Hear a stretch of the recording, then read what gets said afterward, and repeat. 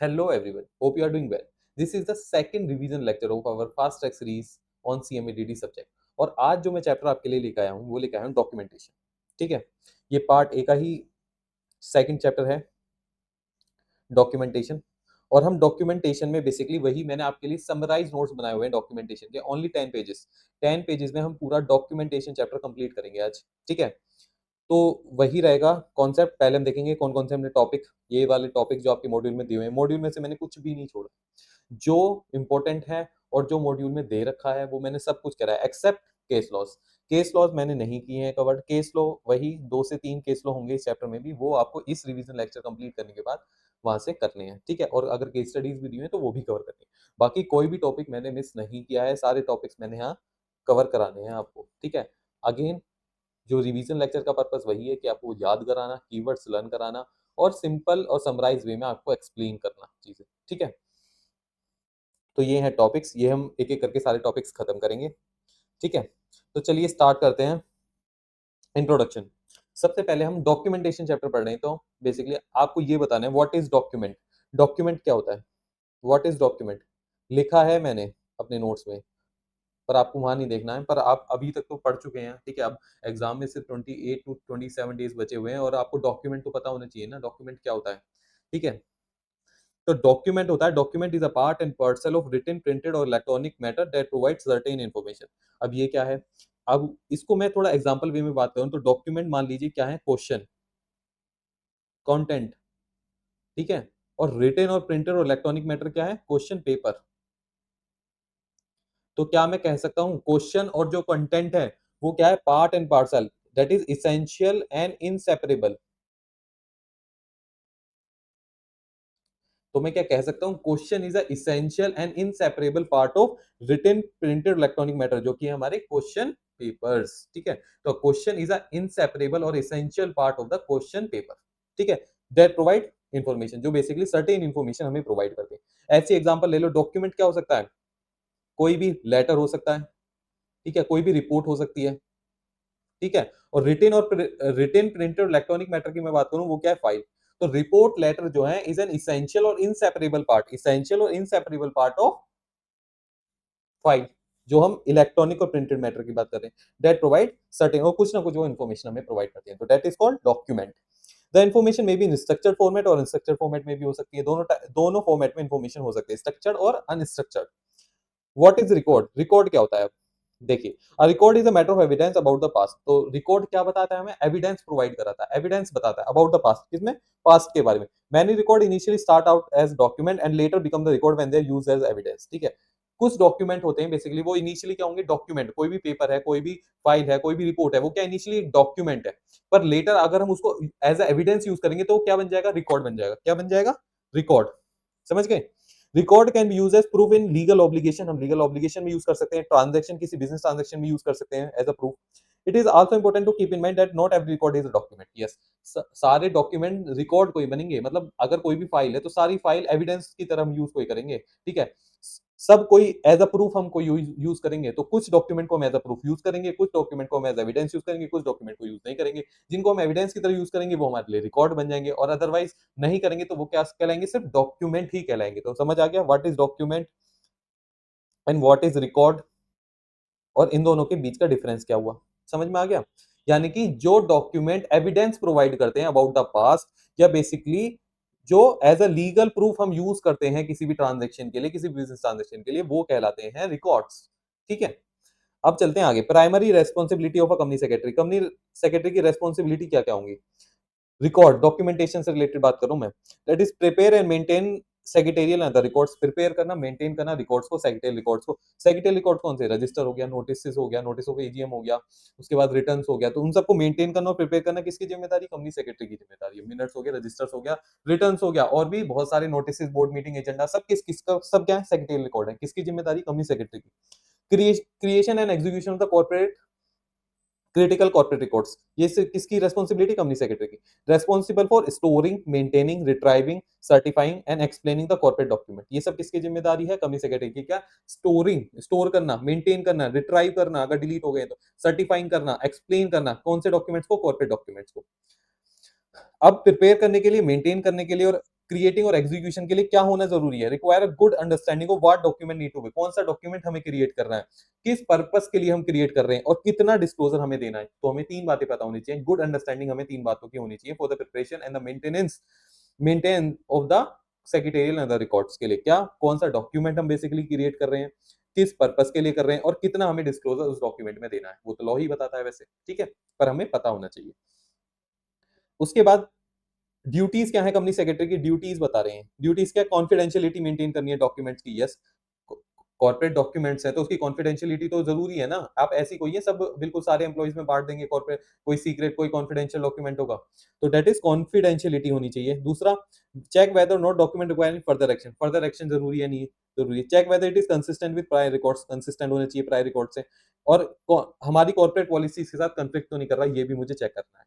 तो to ensure confidentiality maintain करनी, ensure करेगा, तीन बातें चेक करना है। पहला, कंसिस्टेंट होना चाहिए पॉलिसीज के साथ, सॉरी, कंफ्लिक्ट नहीं करना चाहिए कॉर्पोरेट पॉलिसी के साथ, कंसिस्टेंट होने चाहिए प्रायर रिकॉर्ड्स के साथ, और मैं ये देखूंगा कोई डॉक्यूमेंट जो है फर्दर एक्शन रिक्वायर तो नहीं है उसमें, ठीक है, तो वो भी मैं चेक करूंगा। तो ये क्या है, duties of the company secretary. अब डॉक्यूमेंटेशन का पर्पस है, हम डॉक्यूमेंट क्यों ही बनाते हैं, क्या पर्पस है वो हम पढ़ लेते हैं, बहुत ही सिंपल है। इसमें आपको हेडिंग सिर्फ याद करनी है, क्लाइंट सर्विस, किसी भी क्लाइंट को सर्विस देंगे, अगर कोई प्रोफेशनल है, कोई मान लो प्रैक्टिसिंग कंपनी सेक्रेटरी, अगर वो अपने क्लाइंट को सर्विस दे रहा है तो कैसे सर्विस देगा, डॉक्यूमेंटेशन के थ्रू ही तो देगा। प्रोफेशनल के लिए तो डॉक्यूमेंटेशन ही बेसिकली मेन उसका वो है ऑब्जेक्ट। तो यहाँ वही बात हो रही है, डॉक्यूमेंटेशन टूल है for the professional to serve better to the client in a timely और इफेक्टिव मैनर। डॉक्यूमेंटेशन के थ्रू ही वो अपने क्लाइंट को सर्व कर सकता है टाइमली और इफेक्टिव मैनर में। कम्युनिकेशन की तरह हम कम्युनिकेशन के लिए यूज करते हैं किसका, डॉक्यूमेंटेशन का। तो documentation base for better communication between the professional, दो प्रोफेशनल के बीच में बेटर कम्युनिकेशन किसके थ्रू होती है, डॉक्यूमेंटेशन के थ्रू होता है। Clear, complete, accurate and factual documentation provide reliable and permanent record, reliable permanent record की तरह हम उसको यूज कर सकते हैं। देखिए ये जो रेड से मैंने हाईलाइट किए हुए हैं ये कीवर्ड्स हैं, आपकी एक्सप्लेनेशन में इनका यूज होना बहुत जरूरी है, क्लियर, कंप्लीट, एक्यूरेट, फैक्चुअल, ठीक है। उसके बाद अकाउंटेबिलिटी भी आ जाती है इससे डॉक्यूमेंटेशन। तो डॉक्यूमेंटेशन डेमोस्ट्रेट क्या शो करता है, professional accountability and record of the professional, ठीक है, record the work of professional. तो हमारा प्रोफेशनल का जो वर्क होता है हम उसको रिकॉर्ड कर सकते हैं ना डॉक्यूमेंट करके, तो ये वही बताता है प्रोफेशनल अकाउंटेबिलिटी, आगे जाके प्रोफेशनल को हम अकाउंटेबल करा सकते हैं अगर कुछ डॉक्यूमेंट में गड़बड़ी होती है तो, ठीक है। तो इट में भी यूज है इंटरनल इंक्वायरी, वही है गड़बड़ी होगी तो रेगुलेटरी में, लीगल प्रोसीडिंग में हम उसको यूज कर सकते हैं। प्रोफेशनल रेस्पॉन्सिबिलिटी, अगेन वही अकाउंटेबिलिटी में प्रोफेशनल रेस्पॉन्सिबिलिटी भी आ जाता है। डॉक्यूमेंटेशन जो है इंटीग्रल पार्ट है प्रोफेशनल प्रैक्टिस का and form the basis of evidence of professional conduct. Legal requirement, law के अंदर रिक्वायरमेंट होती है डॉक्यूमेंट की, तो पर्पस क्या है, यानी पर्पस ही तो पढ़ रहे हैं। अगर लॉ के अंदर किसी डॉक्यूमेंट क्रिएट करने की रिक्वायरमेंट है तो भी हम डॉक्यूमेंट ही क्रिएट करेंगे। तो professionals are required to make and keep record of their professional work in accordance with the standards, law mandate specific information to be recorded में। तो लॉ बेसिकली बोलता है कोई भी इंफॉर्मेशन को आप रिकॉर्ड करो, मेंटेन करो, को स्पेसिफिक पीरियड्स के लिए तो हमें डॉक्यूमेंटेशन करना होता है। Quality, documentation use to evaluate professional practice in terms of peer review. जब भी हम पीयर रिव्यू करते हैं किसी भी प्रैक्टिसिंग कंपनी सेक्रेटरीज का, प्रैक्टिसिंग कंपनी सेक्रेटरीज की फर्म का, तो वहां पे हम क्या देख करते हैं, डॉक्यूमेंटेशन ही तो है। तो डॉक्यूमेंटेशन से ही हम उसकी क्वालिटी ऑफ प्रैक्टिस को जज करते हैं, तो ये वही बोल रहा है documentation use to evaluate professional practice. मैं उसकी प्रोफेशनल प्रैक्टिस को इवैल्यूएट करूंगा, जजमेंट दूंगा, अपना जज करूंगा उसको in terms of peer review, quality audit and regulatory inspections. Research के लिए हमें डॉक्यूमेंट चाहिए होते हैं, तो सिंपल है, इसमें इतना कुछ पढ़ने का नहीं है। Resource management, accurate and comprehensive document is a valuable source of evidence and provide base for review. तो वैल्यूएबल सोर्स ऑफ एविडेंस की तरह एक्ट करता है और बेस ऑफ रिसोर्स मैनेजमेंट की तरह हम उसको रख सकते हैं। अब आते हैं guiding principle of good documentation. इससे क्वेश्चन आ चुका है काफी बार, तो ये इंपॉर्टेंट टॉपिक है हमारे लिए, कि लास्ट टाइम भी आया था। Guiding principle of good documentation क्या होंगे, तो गुड पहले पढ़ लेते हैं, what is good documentation. Good documentation क्या प्रमोट करते हैं, ठीक है। Good documentation promote good corporate governance practices, compliance level company का इंक्रीज करते हैं एक तरीके से, कम्युनिकेशन इंप्रूव करते हैं, और dissemination of information between the stakeholders, यानी कि दो स्टेक होल्डर्स के बीच में हम कम्युनिकेट किसके थ्रू करेंगे, डॉक्यूमेंटेशन, गुड डॉक्यूमेंटेशन के थ्रू ही हम करेंगे। कम्युनिकेशन इंप्रूव करता है, कंप्लायंस लेवल हो गया, good corporate governance practices. Also good documentation practices policy demonstrate क्या दिखाता है, प्रोफेशनल ऑब्लिगेशन, ये वही सब है, पर्पस ही है। प्रोफेशनल ऑब्लिगेशन, अकाउंटेबिलिटी हो गया, लीगल रिक्वायर्ड टू कम्युनिकेट हो गया, रिकॉर्ड करना क्लाइंट की इन्फॉर्मेशन, गुड सेक्रेटरियल प्रैक्टिस। ये जनरल पॉइंट्स हैं, एक बार देख लेना आप। These guiding principal, guiding principal की बात करेंगे नीचे। दीज गाइडिंग प्रिंसिपल सपोर्ट करेंगे प्रोफेशनल्स को, एम्प्लॉयर्स को, पॉलिसी मेकर को, मैनेजर्स को in assessment, planning, execution, evaluation. यानी कि जो गाइडिंग प्रिंसिपल हैं डॉक्यूमेंटेशन के, गुड डॉक्यूमेंटेशन के, वो सपोर्ट करते हैं किसको? प्रोफेशनल्स को, पॉलिसी मेकर्स को, एम्प्लॉयर्स को और मैनेजर को। किसमें? असेसमेंट में, प्लानिंग में, एग्जीक्यूशन में, इवैल्यूएशन में। अल्टीमेटली वो गाइडिंग प्रिंसिपल है क्या? तो वो 9C है। क्या है? 9C है। वो 9C क्या है वो देख लीजिए। क्लियर, क्लाइंट सेंट्रिक होना चाहिए, कंसाइज होना चाहिए। डॉक्यूमेंटेशन के बारे में बात हो रही है। Clear, client centric, concise, consecutive, contemporary, confidential, correct, comprehensive and complete. ठीक है, तो ये 9C आपको याद करने हैं एग्जाम के लिए। देखो मैंने इनको कैसे अरेंज करा है। CL वाले एक जगह कर दिए, CON वाले एक जगह कर दिए। ठीक है, correct, comprehensive and complete. Complete और कॉम्प्रिहेंसिव एक जगह और ये अकेला रह गया करेक्ट। तो clear, client centric, concise, contemporary and consecutive. उसके बाद confidential, correct, complete and comprehensive. तो इस तरीके से आपको 9C जो है पेपर के लिए याद करने हैं। पेपर में डायरेक्टली पूछा जाता है 9C बताओ, तो आपको ये बताने पड़ेंगे। ठीक है, what is good documentation practice? Good documentation practice ultimately होती क्या है?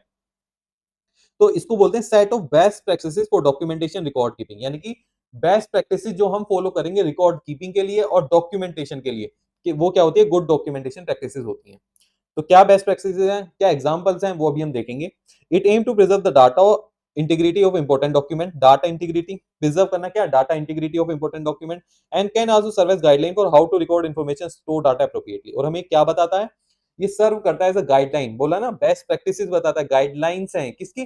कैसे हम रिकॉर्ड को बेसिकली, कैसे हम डॉक्यूमेंट को रिकॉर्ड करेंगे, इंफॉर्मेशन को रिकॉर्ड करेंगे और कैसे करेंगे डाटा को स्टोर करेंगे। ठीक है, तो समझ लीजिए कैसे सर्व करता है, गाइडलाइन की तरह सर्व करता है for how to record information and store data appropriately. ठीक है,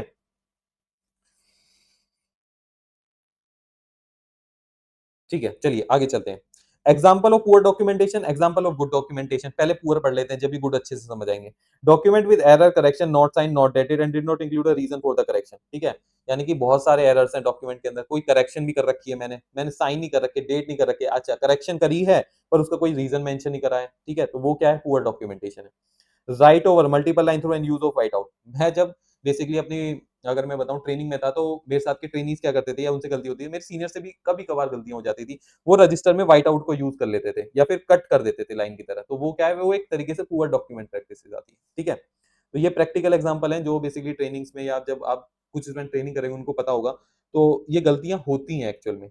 record of event not sequence, यानी कि हम इवेंट्स को रिकॉर्ड कर रहे हैं। बहुत सा होता है ना ट्रेनिंग्स में, हम ट्रांजेक्शन शीट बनाते हैं या फिर बोर्ड मीटिंग बेसिकली रिकॉर्ड करते हैं। इवेंट्स क्या-क्या बेसिकली कौन-सी बोर्ड मीटिंग्स में क्या-क्या इवेंट्स हुए, तो अगर हम उनको रिकॉर्ड कर रहे हैं तो ना तो वो सीक्वेंस में है, ना टेबल फॉर्मेट में है। ठीक है, तो वो क्या है? Poor documentation. Delegation of work को हमने रिकॉर्ड और डॉक्यूमेंट नहीं किया। किसी को अगर हमने कोई वर्क डेलीगेट किया है तो उसको हम रिकॉर्ड करेंगे ना। अल्टीमेटली कल को हम उसको उसके उस वर्क के लिए उसको अकाउंटेबल कर सकें। तो बेसिकली इसलिए अगर हमने रिकॉर्ड और डॉक्यूमेंट नहीं किया डेलीगेशन ऑफ वर्क को, तो वहां पे वो क्या हो जाता है? पुअर डॉक्यूमेंटेशन हो जाती है। SOPs are adopted by the professional not authorise, यानी कि अगर कोई हम एसओपी अडॉप्ट कर रहे हैं किसी पर्टिकुलर वर्क के लिए, अगर हमने एसओपी बनाई हुई है, जैसे जनरली फर्म्स में एसओपीज मेंटेन होती हैं, अब वो ऑथराइज्ड नहीं है, तो वो क्या है? पुअर डॉक्यूमेंटेशन में आ जाता है। Out of specification procedure not detail in a flow chart checklist not available, यानी कि अगर ये सब चीजें प्रोसीजर्स एंड डिटेल्ड नहीं है, फ्लो चार्ट चेकलिस्ट अवेलेबल नहीं है, तो वो क्या आ जाता है? पुअर डॉक्यूमेंटेशन प्रैक्टिसेस में आ जाता है। अब गुड डॉक्यूमेंटेशन प्रैक्टिस क्या है सर, वो भी बता दूं, वो भी देख लेते हैं।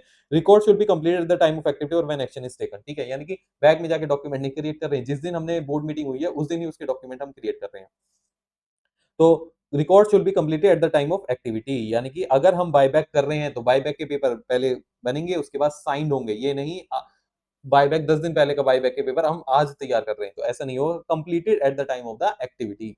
Superseded document retain for a specific period of document, specific period of time. ठीक है, डॉक्यूमेंटेशन कंसाइज होना चाहिए, लेजिबल होना चाहिए, एक्यूरेट होना चाहिए और ट्रेसेबल होना चाहिए। ठीक है, क्लियर एग्जांपल्स बताने होते हैं। पिक्चर यूज करना बहुत अच्छी बात है। डोंट अज्यूम नॉलेज और इन्फॉर्मेशन। मेरे जब मैं ट्रेनिंग कर रहा था तो मेरे सीनियर्स कहते थे कि जब भी मैं कुछ गलती होती थी ना, तो मैं क्या रीजन देता था? सर मैंने ये अज्यूम कर लेता था। तो वो मुझसे ये कहते, तुमने अज्यूम क्यों करा? जब लॉ में सब चीजें लिखी हुई हैं, ठीक है, तुम्हारे पास फैक्ट्स हैं और लॉ में चीजें लिखी हुई हैं, तो आप उनको अप्लाई करो ना, प्रैक्टिकल होके चलो ना। अज्यूम क्यों कर रहे हो कुछ चीजें? तुमने क्यों अज्यूम कर लिया? तुम्हारे एक अजम्पशन की वजह से इतनी गलतियां हो गई। तो मैं यही बोलता हूँ, डोंट कंज्यूम नॉलेज और इन्फॉर्मेशन। तो वो क्या है? गुड डॉक्यूमेंटेशन प्रैक्टिस वही होती है। चलिए आगे एक एग्जांपल है, ये आप रीड आउट कर लीजिएगा, वो सिंपल सा एग्जांपल है। डू एंड डोंट्स क्या होते हैं गुड डॉक्यूमेंटेशन के? डू एंड डोंट्स देख लेते हैं, क्या हमें करना चाहिए और हमें क्या नहीं करना चाहिए। Record the document as it is generated, record मैं जब भी करूंगा जब डॉक्यूमेंट जनरेट हो जाएगा, ठीक है। Add the reference note to provide the context, इसको बोलते हैं एनोटेशंस रिकॉर्ड करना, सप्लीमेंट्री नोट्स बनाना, ठीक है, to provide the context, clear meaning देना उसको, ठीक है। Validate your system of document, validate करना सॉफ्टवेयर को, डॉक्यूमेंट सॉफ्टवेयर को। उसके बाद लिमिट करना डॉक्यूमेंट को, तो ऑथराइज पर्सन, ये कोई सबको एक्सेस दे दो कि सारे डॉक्यूमेंट का, कुछ डॉक्यूमेंट को हमें बेसिकली ऑथराइज पर्सन को ही एक्सेस देना होता है कि सिर्फ सीएफओ सीएस और इनके बीच में ही रहना चाहिए डॉक्यूमेंट, ठीक है, सबको ऑथराइज नहीं करना है, ठीक है। जो बेसिकली मेन एग्रीमेंट्स होते हैं वो मेन एग्रीमेंट्स जो होते हैं, जैसे कि अगर कोलैबोरेशन एग्रीमेंट हो तो between the board of director CFO जो एसएमपीज होते हैं उनके बीच में ही रहते हैं, ठीक है। तो limit the access to the authorise person, ये डूज है। इट वाज आरआरआई, आरआरआई क्या है, रिव्यूड, रिकॉर्डेड और अप्रूव्ड, ये मैंने शॉर्ट फॉर्म बना दी याद करने के लिए, आरआरए। तो स्पेसिफाई करना है व्हेन द डाटा कब डॉक्यूमेंट हमारा डाटा कब रिकॉर्ड हुआ, कब रिव्यू हुआ और कब अप्रूव हुआ, तो ये हमें रिकॉर्ड करके चलना है अपने, ठीक है। उसके बाद आ जाते हैं do keep the data backup either automatically or by storing the true copy in separate location, यानी कि कोई भी डाटा है, या तो हमारे ऑफिस में क्या होता था, हमारे जो जितना भी डाटा है, जितनी भी फाइल थी, सबका एक बैकअप जनरेट होता था डेली, ठीक है, या फिर हम वीकली लेके चलते थे, वीक में एक हमें बैकअप लेना ही लेना है। तो अल्टीमेटली कभी कोई वायरस आया, कोई बेसिकली फाइल वायरस की वजह से डिलीट होगी, तो हम उनको बैकअप लेके आ सकते हैं, ठीक है। तो या तो ऑटोमेटिकली पे लगा दो, या फिर बेसिकली एक ट्रू कॉपी सेपरेट लोकेशन पे आप स्पेसिफाई कर दो। कभी भी डॉक्यूमेंटेशन आपकी कंप्लीट हो जाए तो उसकी एक क्या है, ट्रू कॉपी, साइंड कॉपी आप एक सेपरेट लोकेशन पे अपनी फाइल में लगा के रखो, ठीक है। ये होता है फिजिकली हम मेंटेन कर लेते हैं उससे, ठीक है। उसके बाद डोंट्स क्या होते हैं, don't delay in data document recording, delay मत करो डॉक्यूमेंट रिकॉर्ड करने के, यानी कि जब डॉक्यूमेंट जनरेट रिकॉर्ड हुआ है जब ही जनरेट होना चाहिए, तो ये इससे रिलेटेड ही है। डोंट डिले, डिले नहीं करना है डॉक्यूमेंट को रिकॉर्ड करने में, ठीक है। एक्टिविटी आज हुई है, रिकॉर्ड कर रहे हैं एक हफ्ते बाद, वो नहीं करना है। Don't make the data confusing, vague and unreadable, ऐसा नहीं बनाना है, ठीक है।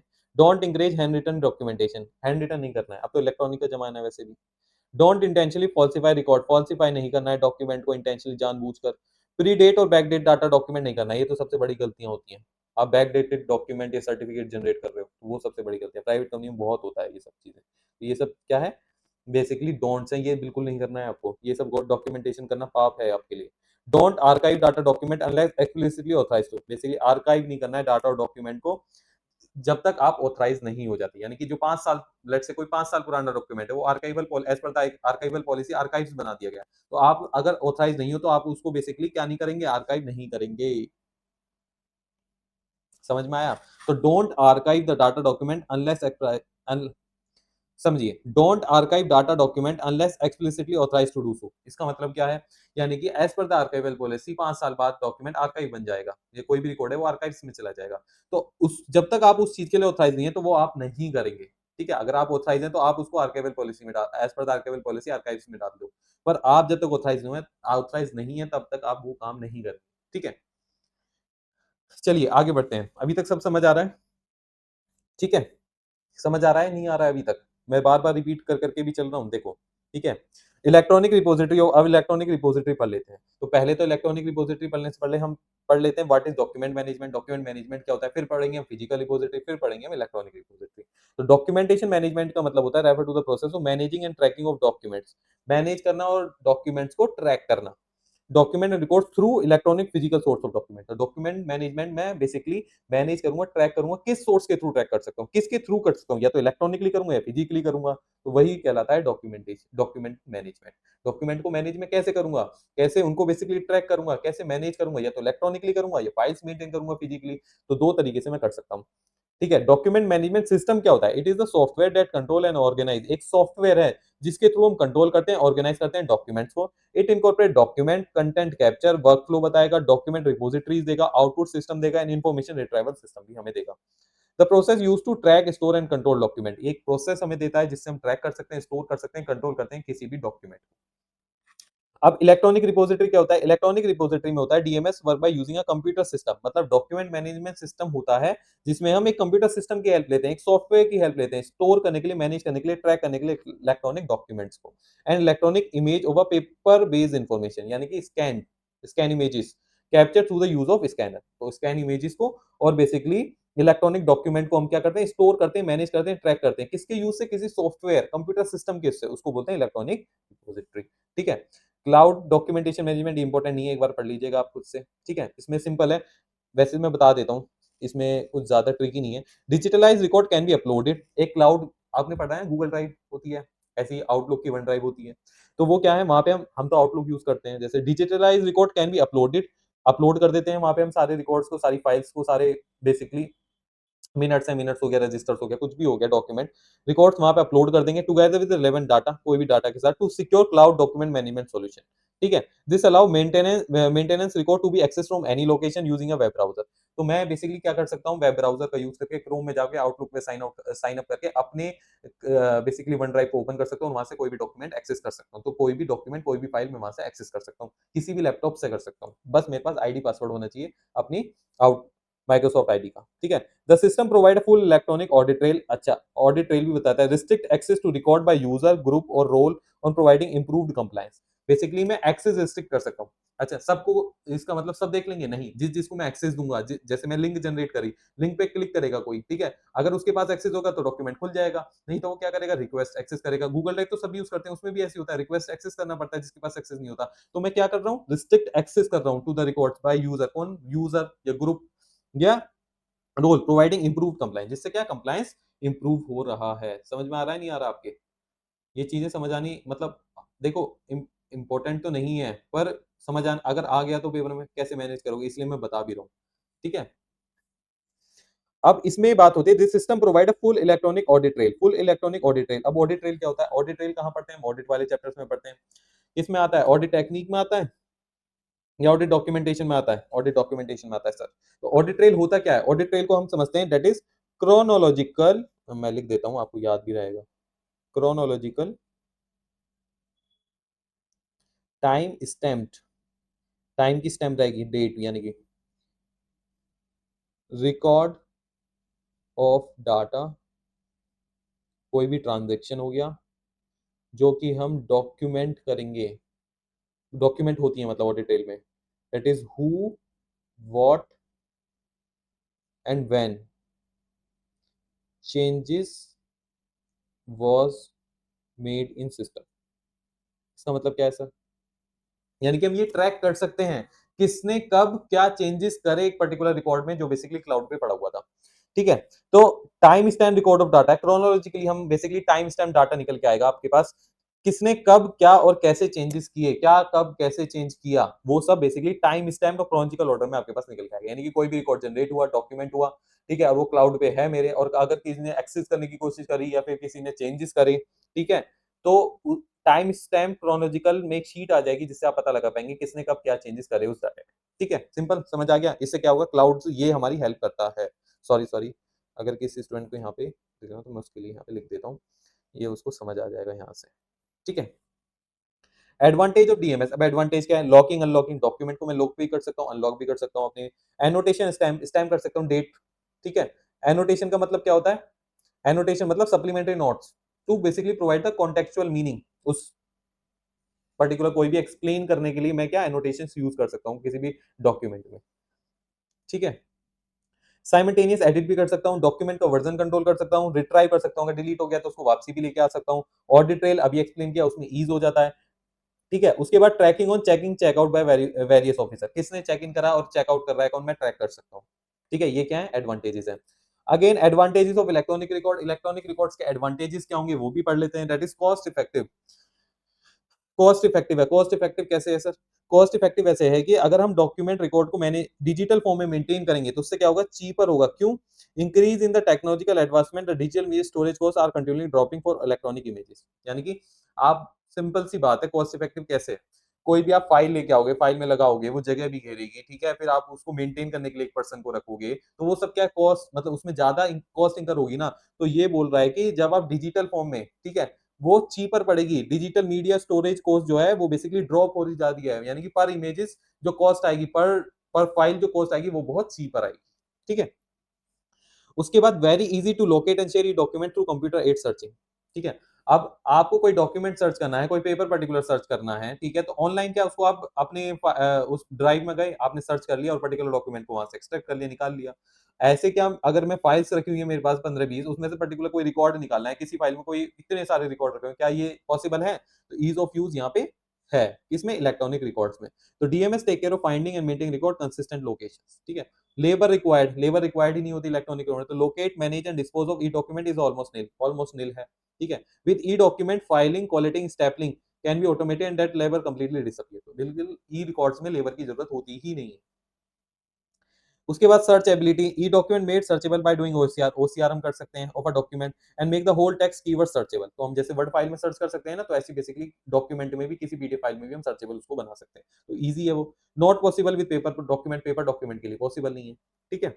यानी कि हम किसी पर्टिकुलर डॉक्यूमेंट को भी ओसीआर कर सकते हैं और उसमें कीवर्ड डाल के सर्च कर सकते हैं, पर ये किसी हम डॉक्यूमेंट में कर सकते हैं, नहीं कर सकते, जो पेपर फॉर्म में है, फिजिकली है, नहीं है ना, ठीक है। Portability, easy to transport, pen drive में रखा, इधर से उधर ट्रांसपोर्ट कर दिया, ठीक है। तो इजीली शेयर हो जाता है, ईमेल्स के थ्रू शेयर हो सकता है। तो easy to transport e document, कोई मुझे बॉक्स नहीं चाहिए कि एक रिकॉर्ड पर्टिकुलर बॉक्स बनाया, उसमें फाइल डाली और ये ट्रांसपोर्टेशन के थ्रू, कोरियर के थ्रू कहीं और जाएगा, ऐसा नहीं है। No more boxes of record to hold record archive, easily stored हो जाता है, स्पेस भी नहीं चाहिए होता। Removable hard drive taken to the court hold houses और फील्ड ऑफिस, यानी कि मैं कहीं भी लेके जा, कोर्ट रूम में पेन ड्राइव लेके जा सकता हूँ, फील्ड में निकला हूँ, फील्ड ऑफिस में कहीं पे हूँ तो लेके जा सकता हूँ, ठीक है। वर्जन ट्रैकिंग कर सकता हूँ, अगेन मैंने बताया था ऑडिट ट्रेल, वो भी बताया था, यहाँ पे भी मैं वर्जन ट्रैक कर सकता हूँ। It is very easy with the document to see who has made changes when they made what the document. ये ऑडिट ट्रेल ही तो है कि किसने कब क्या कैसे चेंज किया, तो वो सब basically look like before the change. More complex costly hard copy में बहुत इंपॉसिबल वाली चीज है, ठीक है। अब आप वर्ड डॉक्यूमेंट में देखो तो उसमें भी हम ट्रैक चेंजेस लगा के काम कर सकते हैं, तो क्या चेंज वहां पे भी तो ट्रैक कर सकते हैं, क्या ये सब पॉसिबल है? ये सब पेपर फॉर्म में पॉसिबल नहीं है, और पॉसिबल है तो बहुत कॉस्टली है। तो हम ये वर्जन ट्रैकिंग कर सकते हैं किसमें? इलेक्ट्रॉनिक्स में, इलेक्ट्रॉनिक डाटा, इलेक्ट्रॉनिक रिकॉर्ड्स में, ठीक है। बहुत स्लो चल रहे हैं, अभी हम फोर्थ पेज पे आए हैं, देखिए फोर्थ पेज मतलब एंड होने वाला है, तो हमें थोड़ा स्पीड बढ़ानी पड़ेगी अब। डिसएडवांटेज देखिए, सॉफ्टवेयर रिस्क हो गया, फॉर्मेट रिस्क हो गया, रिलायबिलिटी हो गया, पोर्टेबिलिटी। इस पहले हेडिंग दिमाग में डाल लीजिए, ठीक है। Software risk, format risk, reliability and portability. Software risk क्या होता है? That is storing recording electronic DMS. Risk क्या रहेगा? System is no longer supported by the software company, ठीक है।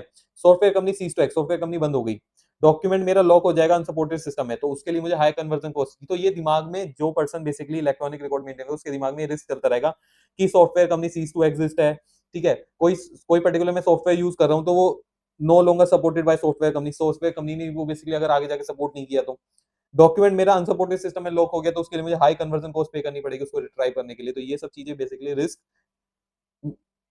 जो पर्सन रिकॉर्ड मेंटेन करता है उसको रहता है।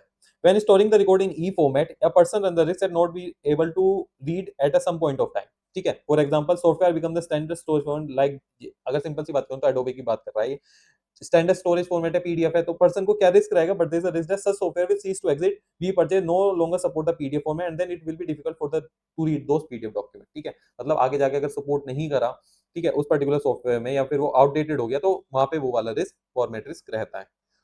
रिलायबिलिटी क्या है? Paper is an agnostic format, ठीक है। It is good idea to have most vital document image but keeping a paper copy assure have access to them any time. मतलब हमें एक रिस्क रहता है, देखो पेपर है, हम हमारे लोकल रूम में पेपर रखा है, तो हमें ये रिलायबिलिटी रहती है ना, हम उसको कभी भी एक्सेस करते हैं। इलेक्ट्रॉनिक डॉक्यूमेंट के साथ ये कह रहे हैं कि ये रिस्क रहता है कि हम क्या पता करप्ट हो जाए, फाइल हो सकता है करप्ट हो जाए, फॉर्मेट रिस्क हो जाए, सिस्टम रिस्क हो जाए, नहीं चली फाइल, ठीक है, नहीं ओपन हुई, कभी भी होता है ना, करप्ट हो जाती है फाइल, नहीं ओपन हो पाती इंपॉर्टेंट डॉक्यूमेंट्स। तो बेसिकली क्या है, आइडिया तो अच्छा है पर बेसिकली एश्योरेंस नहीं है। तो person should be keep a paper copy of the vital document, जैसे डीड है, कॉर्पोरेट डॉक्यूमेंट है, आप उनको ऑफ साइट लोकेशन पे एक स्टोर सेफ जगह आप उनको रखो, ठीक है, जो इंपॉर्टेंट डॉक्यूमेंट है। आप ऐसा नहीं कंप्लीट रिलाई ई रिकॉर्ड्स पे होगा, तो ये क्या एक डिसएडवांटेज है। पोर्टेबिलिटी, पोर्टेबिलिटी इजीली मिसप्लेस होगा, कोई फाइल डिलीट हो गई किसी पर्सन से जो ऑथराइज नहीं था, उसने अगर कोई फाइल डिलीट कर दी, मिसप्लेस हो गई, मान लो आप देखते हो ना ऑफिस में क्या होता है, ट्रेनी, मेरे तो ट्रेनीज ने बहुत सारी मतलब एक दो फाइल डिलीट करी हुई है, ठीक है, कभी कभी, और सब कहते हैं गलती से डिलीट हो गया, फिर हमें उसको बैकअप में जाके रिट्राइव करना पड़ता है। तो ये क्या है, एक तरीके का डिसएडवांटेज है। तो very easy to misplace accidentally delete large amount of data, duplicate and transported out of any organization without permission, ठीक है। हो सकता है पेन ड्राइव में बेसिकली सारे इंपॉर्टेंट डॉक्यूमेंट भर के आपको कोई इजीली डॉक्यूमेंट मिसप्लेस कर दे, इधर से उधर कर दे, ठीक है, कॉपी कर ले आपके इंपॉर्टेंट डॉक्यूमेंट को। तो एक प्रॉपर सेफगार्ड नॉट पे दो सेफगार्ड आर वेरी एक्सपेंसिव। मतलब तो कंपनीज क्या करती हैं, पेन ड्राइव आप लगाओगे किसी भी कंपनीज में, आप देखोगे जहाँ पे मतलब सेफ्टी कंसर्न्स मेंटेन होते हैं सारे, मतलब डॉक्यूमेंट अनऑथराइज एक्सेस नहीं होना चाहिए, वहाँ पे पेन ड्राइव्स नहीं चलती, वहाँ पे पेन ड्राइव्स नहीं चलती, वहाँ डिफरेंट डिफरेंट सॉफ्टवेयर अगर आप इंस्टॉल करने हो तो उसके लिए परमिशन चाहिए होती है आईटी की, तो वो इजीली करे होते हैं कि कोई भी डाटा जो है पर्टिकुलर, या तो कोई इंस्टॉलेशन ना हो, कोई भी सॉफ्टवेयर आप बेसिकली इंस्टॉल नहीं कर सकते अपने लैपटॉप में without any having proper authorisation from the IT control से IT departments of the company, ठीक है। ना ही कोई पेन ड्राइव लगा सकते हो, तो ये सब चीजें होती हैं। तो if proper safeguards are not in place but though safeguard are very expensive, वो सेफगार्ड एक्सपेंसिव होंगे, ठीक है। मेंटेनेंस एंड इंस्पेक्शन, अब आ जाते हैं कंपनीज एक्ट पे, section 120 of the companies act 2013, maintenance and inspection of document, maintain कैसे करेंगे और इंस्पेक्शन, तो कंपनी लॉ क्या कहता है इसके बारे में, क्या सेफगार्ड प्रोवाइड कर रहा है कंपनी लॉ, ठीक है। एक्ट का काम क्या है यहाँ पे कि प्रॉपर बेसिकली मीजर्स प्रोवाइड करना, प्रॉपर सेफगार्ड कंपनी फॉलो करे, जिससे डॉक्यूमेंट क्या हो, रीराइटेबल ना हो, ऑल्टरेशन ना हो पाए, ठीक है। सिक्योरिटी को लेकर बातें बोली गई हैं यहाँ पे, तो वो हम पढ़ लेते हैं सेक्शन 120 में क्या क्या बातें बोली गई हैं। Without prejudice to any other provision of this act, any document, record, register, minute, etc. required to be kept by the company, जो बेसिकली कंपनी को रखना है, allowed to be inspected, या इंस्पेक्ट के लिए, या कॉपीज अगर किसी पर्सन को देनी है, अगर उसने मांगी है, तो किसी शेयर होल्डर्स की बात कर रहा है, to any person by company under this act, companies act के अंदर, तो मे बी कीप्ड और inspected, copies given as those may be electronic form in such form and manner as may be कहाँ पे प्रेस्क्राइब है, rules में prescribe, ठीक है। हम इलेक्ट्रॉनिक फॉर्म में दे सकते हैं, यानी कि कोई भी डॉक्यूमेंट है, कोई भी रिकॉर्ड है, कोई भी मिनट्स है, कोई भी रजिस्टर है, जो बेसिकली कंपनी को एज पर द लॉ रखना है, मेंटेन करना है, या फिर इंस्पेक्शन के लिए ओपन करना है, या फिर कॉपीज देनी है, अगर if any shareholder ask for them, तो हम वो इलेक्ट्रॉनिक फॉर्म में कर सकते हैं। तो may be keep inspected copies given as the case may be in the electronic form में, इन सच अ फॉर्म, किस फॉर्म एंड मैनर में, वो बेसिकली रूल्स में बताया गया है। रूल कौन सा है, रूल 27, रूल का नाम याद रखिएगा, rule 27 the companies management and administration rule 2014। कौन कौन सी कंपनी कवर्ड है, एवरी लिस्टेड कंपनी को कवर किया हुआ है, company having 1000 share holder debenture और अदर सिक्योरिटी होल्डर, यानी कि at least 1000 share holder debenture holder या सिक्योरिटी होल्डर अगर कंपनी में है, तो कंपनी बेसिकली में लिखा हुआ है, मैंडेटरी नहीं है, ऑप्शनल है, may maintain its record in electronic form, electronic form में भी कंपनी अपने रिकॉर्ड्स रख सकती है। कौन कौन सी कंपनी, एवरी लिस्टेड कंपनी, और कम वो वाली कंपनी जिसके एटलीस्ट 1000 शेयर होल्डर हैं, या डिबेंचर होल्डर है, या क्या अदर कोई सिक्योरिटी होल्डर्स हैं, तो प्रेफरेंस शेयर होल्डर भी आते हैं, यस आते हैं, शेयर होल्डर्स में आते हैं, डिबेंचर होल्डर्स में भी आते हैं, अदर सिक्योरिटी होल्डर्स भी काउंट होंगे, यानी कि 1000 इन एग्रीगेट है, यस इन एग्रीगेट है। मेंटेनेंस की अगर मैं बात करूं, record in electronic form shall be maintain such a manner the board of the way fit provided that, अब ये इंपॉर्टेंट पॉइंट है, और इसके जो ये रेड से मैंने हाईलाइट किए हैं, ये भी अच्छे से आपको कीवर्ड लर्न करने हैं इस पर्टिकुलर सेक्शन के लिए, मैं बता रहा हूँ। Records maintain in same format in accordance with all the requirement as provided in the act and rules, यानी कि एक्ट और रूल्स में जो फॉर्म्स दे रखे हैं उसी फॉर्म में आपको मेंटेन करनी है, यानी कि ये नहीं है एमजीटी 7 के लिए आप ई रिकॉर्ड बनाए, तो एमजीटी एमबीपी 1 का एक फॉर्मेट है ना डिस्क्लोजर ऑफ इंटरेस्ट का, तो एमबीपी 1 ही फॉलो करना है जैसे कि फॉर्म लॉ के अंदर बताए गए हैं, तो basically same format in accordance with all the requirement, यानी कि जो जो भी लॉ की रिक्वायरमेंट है, वो बेसिकली सेम फॉर्मेट में आपको प्रेजेंट करना है अपना डॉक्यूमेंट। उसके बाद information should be adequately recorded for future reference as provided in the act and rules, ठीक है। Record must be capable of being readable, retrievable and reproducible in printed form में, ठीक है। तो रिकॉर्ड जो है रीडेबल होना चाहिए, ठीक है, रिट्राइवेबल होना चाहिए, रिप्रोड्यूसेबल भी होना चाहिए, तो तीन आर आपको याद रखने हैं। Record are capable of being dated and sign digitally, हम डेट और साइन, यानी कि जब हम डीएससी लगाते हैं तो डेट ऑटोमेटिकली आती है और वो साइन हो जाता है डॉक्यूमेंट, तो date and sign digitally as required in the act and rules. Record once date and sign digitally, एक बार डेट हो गया और साइन हो गया, शैल नॉट बी, हम उसको एडिटेड ऑल्टर, और बेसिकली अगर हम एडिट करना चाहेंगे तो क्या हो जाए, डीएससी हट जाते हैं, ये तो सबको पता होगा, जो स्टूडेंट ट्रेनिंग कर रहे हैं उनको तो बहुत अच्छे से पता होगा। Record shall be capable of being updated and date of every updating shall be cable, जब भी हम उसको डॉक्यूमेंट को अपडेट करेंगे, उस पर्टिकुलर डॉक्यूमेंट को अपडेट करेंगे, तो जो डेट ऑफ अपडेट है वो भी हम रिकॉर्ड करके चलेंगे।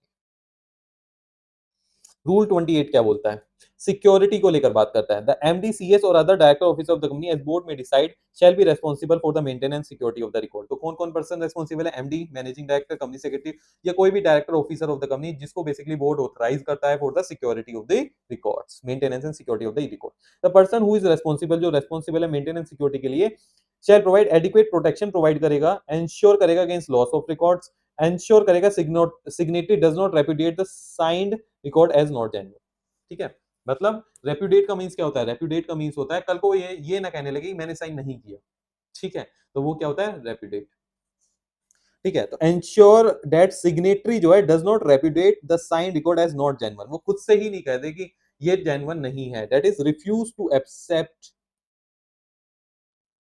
रेप्यूडेट का मतलब होता है रिफ्यूज टू एक्सेप्ट, तो signatory does not repudiate the sign record as not genuine, कि जेन्युइन नहीं है, मैंने साइन नहीं किया, ये जेन्युइन है ही नहीं, तो ऐसा नहीं होगा। Ensure that computer system software adequately secure, यानी कंप्यूटर सॉफ्टवेयर सिस्टम जो हम यूज कर रहे हैं वो सिक्योर्ड और वैलिडेटेड होना चाहिए, ठीक है।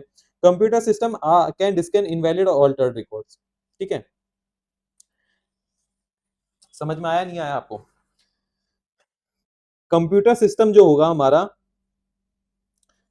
कैन डिस्कैन, डिस्कैन का मतलब क्या होता है, डिटेक्ट, डिटेक्ट कर पाए, इनवैलिड और ऑल्टर्ड रिकॉर्ड्स को, यानी कि जो ऑल्टर्ड रिकॉर्ड हमने किया उसको वो डिटेक्ट कर ले प्रॉपर्ली टाइम पर। Ensure that records are accurate हो, एक्सेसिबल हो, capable of being reproduce for the reference later, बाद में रेफरेंस देने के लिए हम उसको रिप्रोड्यूस कर सकें। ठीक है, ये भी आपको याद करना है। Ensure that records are all the times capable of being retrieved to a readable and printable form में, यानी कि प्रिंट हम उनको निकाल सकें, रीडेबल फॉर्मेट में हो, तो बेसिकली ऐसा डॉक्यूमेंट होना चाहिए। Keep in non rewritable non erasable format में, तो बेसिकली ऑल्टरेशन हम नहीं कर सकते। ठीक है, रीराइट नहीं कर सकते उनको। ठीक है, नॉन इरेजेबल फॉर्मेट में like PDF dot version can not be altered और टेम्पर्ड, हम उनको ऑल्टर्ड और टेम्पर्ड नहीं कर सकते।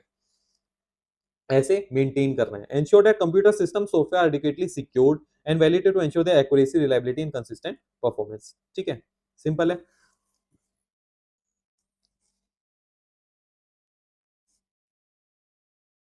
ये पॉइंट वही सेम रिपीट हो गए हैं यहाँ पे। ठीक है, कुछ पॉइंट्स वहीं रिपीट हो गए हैं, बाकी सब आप देख लेते हैं।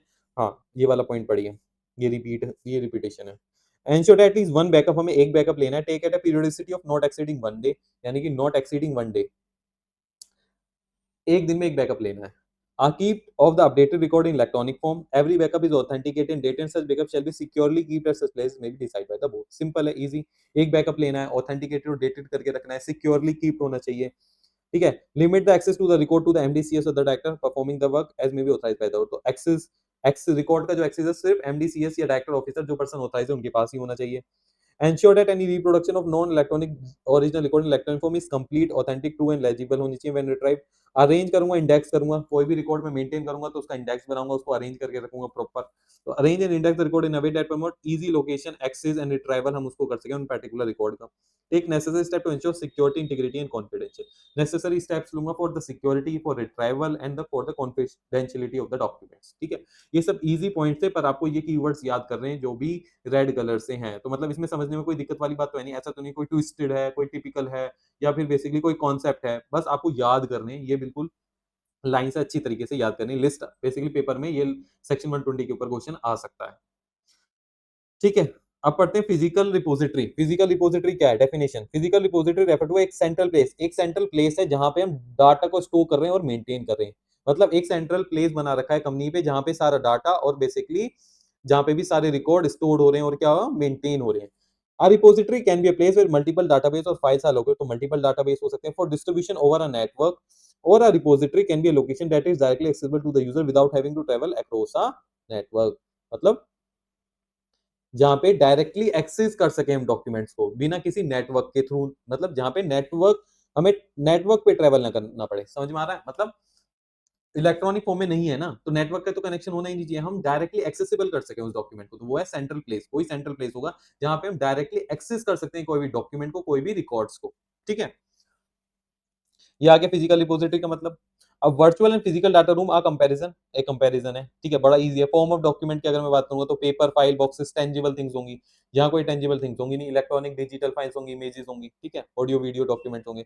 सिक्योरिटी की अगर मैं बात करूं, जो पर्सन बेसिकली इंचार्ज है उस डाटा रूम का पर्टिकुलर फिजिकल रिपोजिटरी, तो कोई रूम होगा ना, कोई रिपोजिटरी होगी ना, कोई बेसिकली प्लेस होगा ना, जो पर्सन इंचार्ज है उसके ऊपर डिपेंड करता है, उसकी इंटीग्रिटी पे डिपेंड हो जाती है वहां की सिक्योरिटी। यहाँ पे क्या है, फायरवॉल, लॉगिन आईडी, पासवर्ड का हम यूज करेंगे। Time required for creation, longer time required, maintain करने के लिए बहुत टाइम जाएगा ना, तो यहाँ पे 48 आवर्स में हम कर सकते हैं।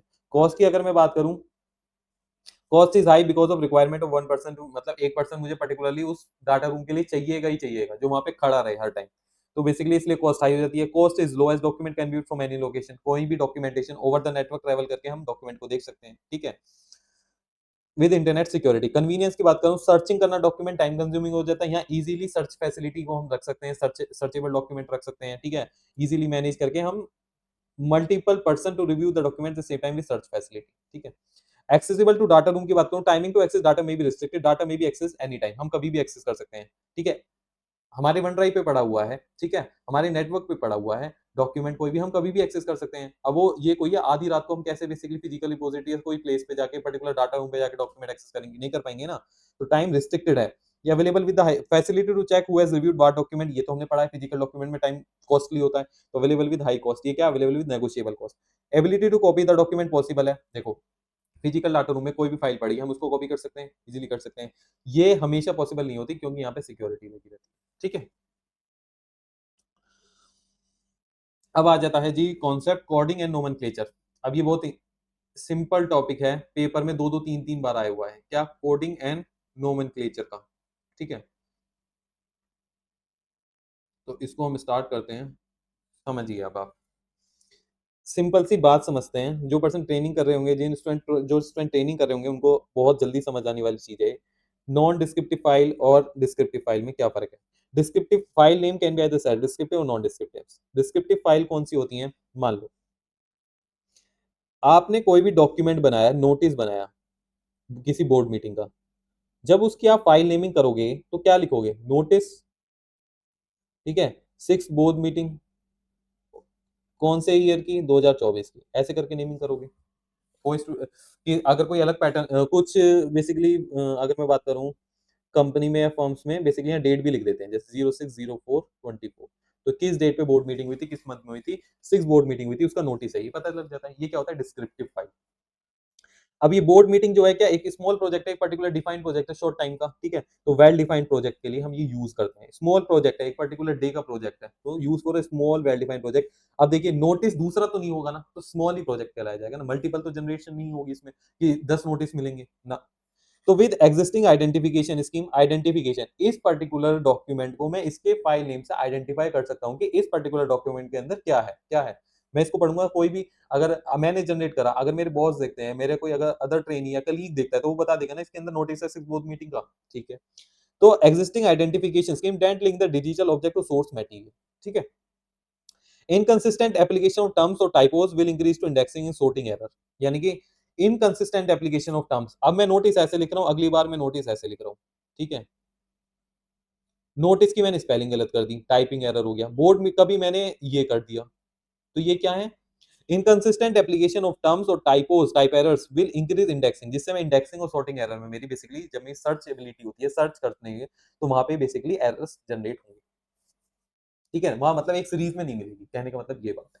या मैंने सीक्वेंस फॉलो नहीं करा, पहले मंथ फॉलो कर दिया, फिर डेट, फिर ईयर, तो वहां पे भी बेसिकली सर्च के टाइम पे दिक्कत आएगी। तो जब भी मैं इंडेक्सिंग करूंगा तो ये सॉर्ट करूंगा तो वहां पे एरर आएगा, कहने का मतलब ये।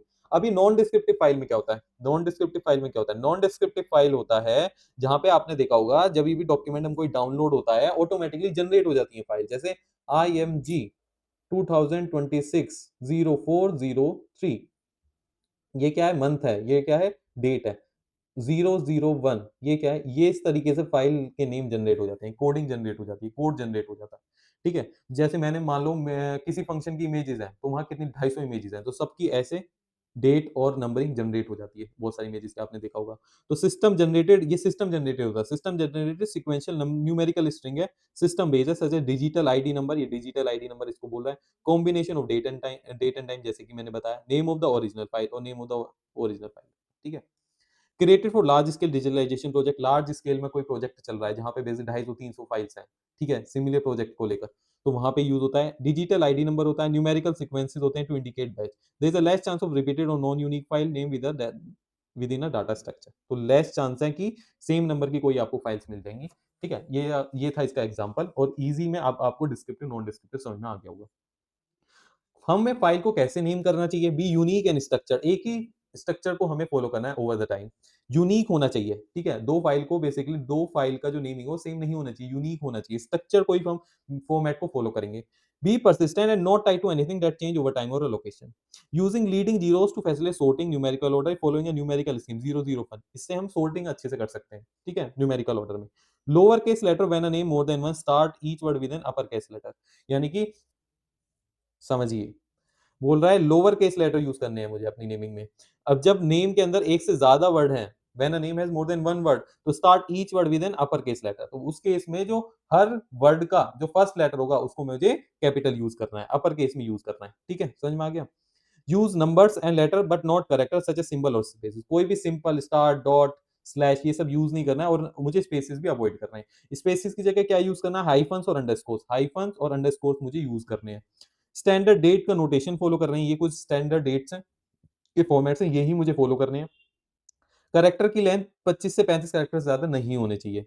फाइल एक्सटेंशन भी होना चाहिए, डॉट जेपीजी डॉट एक्सएमएल। ठीक है, तो container file format extension. Avoid blank spaces को मुझे अवॉइड करना है anywhere within the character string. Not use an early overly complex और lengthy naming scheme that is susceptible to human error during manual inputs. ठीक है, ये तो simple है, इसमें तो कुछ है नहीं दिक्कत। ठीक है। कॉम्प्लेक्स और लेंदी नेमिंग स्कीम को मुझे बेसिकली यूज नहीं करना है, that is susceptible to the human error. उसके बाद आते हैं हम सेफ्टी और रिट्रेवल ऑफ रिकॉर्ड पे। ठीक है, चलिए सेफ्टी ऑफ रिकॉर्ड देखते हैं, safety and retrieval of records कैसे होगा। इस कॉन्सेप्ट में क्या है, to assure the best quality of document, assure sufficient record are maintain to finish evidence of the activities affecting quality. The record should be incorporate the following, क्या एक record में होना चाहिए, operating logs, name of the individual who have work on the same document, कौन किस किस individual ने इस डॉक्यूमेंट पे वर्क करा है, उन सबका बेसिकली एक लॉग बनाना चाहिए, ऑपरेटिंग लॉग होना चाहिए। Result of reviews, recording of the changes suggested by each reviewer and bases of the rejection on the non agreement, यानी कि मुझे रिकॉर्ड करना चाहिए कि जब जब वो डॉक्यूमेंट रिव्यू हुआ है, किस जो जो रिव्यूअर ने चेंजेस उसमें इनकॉर्पोरेट करे हैं, तो बेसिकली मुझे उनको रिकॉर्ड करना होगा। तो recording of the changes suggested by each reviewer eight the time of the review the document, अगर किसी रिव्यूअर ने चेंज करा है तो मुझे वो रिकॉर्ड करना है। And the basis of the rejection, और किस बेसिस पे बेसिकली अगर उसने रिजेक्ट करा है तो मुझे वो भी रिकॉर्ड करना है। Inspection, list of the individual access of the record and have inspection right of the same, तो एक लिस्ट भी बेसिकली होनी चाहिए। रिकॉर्ड में क्या होनी है, लिस्ट ऑफ इंडिविजुअल भी हमें रखनी है, जिसने इंडिविजुअल ने रिकॉर्ड को एक्सेस करा है और उसको इंस्पेक्शन राइट उसके पास थे। मॉनिटरिंग भी करनी है, wheel is in the monitoring of work perform by the person to whom the file is shared. Information analyse provide is information system of the organisation tracking the file, तो easily track कर सकते हैं हम basically information system organisation का जो है provide. उसके बाद हम आगे चलते हैं, तो record should be identifiable and retrievable, should consistent with applicable regulatory requirement. Caring of record की अगर मैं बात करूं तो comply with the requirement concerning record retention, duration, location and assign responsibility. Every record must be well managed, protected for both administrative purpose and to serve as a evidence of the organization work। तो जो भी record है वो well managed होना चाहिए, जो भी record है वो कैसा होना चाहिए, वेल मैनेज होना चाहिए, प्रोटेक्ट होना चाहिए फॉर बोथ एडमिनिस्ट्रेटिव पर्पस के लिए, और सर्व कैसे सर्व करे, evidence of the organisation work. ठीक है, care of the record and archive is govern by three concept follow करते हैं, किसमें, care of the record and archive में। पहला keeping together, ensure life cycle and record preservation. तो keeping together में क्या बोलता है, कीपिंग टुगेदर में बोलता है record must be keep together according to the department section responsible for their creation, यानी कि वो वाले रिकॉर्ड्स एक जगह पे एक साथ हम रखेंगे, डिपार्टमेंटल वाइज रखेंगे, सेक्शन जो कोई पर्टिकुलर सेक्शन है रेस्पॉन्सिबल है फॉर क्रिएशन की, मान लो अगर कोई मैन्युफैक्चरिंग सेक्शन है, कोई लीगल सेक्शन है, मान लो कोई लीगल डिपार्टमेंट है, अगर कोई पर्टिकुलर डॉक्यूमेंट उन्होंने क्रिएट करा है तो वो जो डॉक्यूमेंट उन्होंने क्रिएट करे उनको हम एक साथ रखेंगे। The record must be keep together according to the department section responsible for their creation, accumulation in the original order, उसी ऑर्डर में अरेंज करेंगे, establish at the time of creation, give them their evidential nature, distinguish them from other kind of information। ठीक है, ensure life cycle, अब एक life cycle के बारे में बात कर रहे हैं। Every record follow a life cycle in that they are created, use for so long as they have continuing value and dispose by destruction or transfer to an archival institution. मतलब बोलता है रिकॉर्ड की एक life cycle होती है, ठीक है, यानी कि फेज वन जिसमें वो क्रिएट होता है, दूसरा जब उसकी कंटिन्यूइंग वैल्यू होती है, ठीक है, जहां पे वो यूज होता है एज ए कंटिन्यूइंग वैल्यू, और देन उसका डिस्ट्रक्शन होता है डिस्पोजेबल के थ्रू और ट्रांसफर, या फिर हम उसको ट्रांसफर कर देते हैं किसी आर्काइवल इंस्टीट्यूशन में।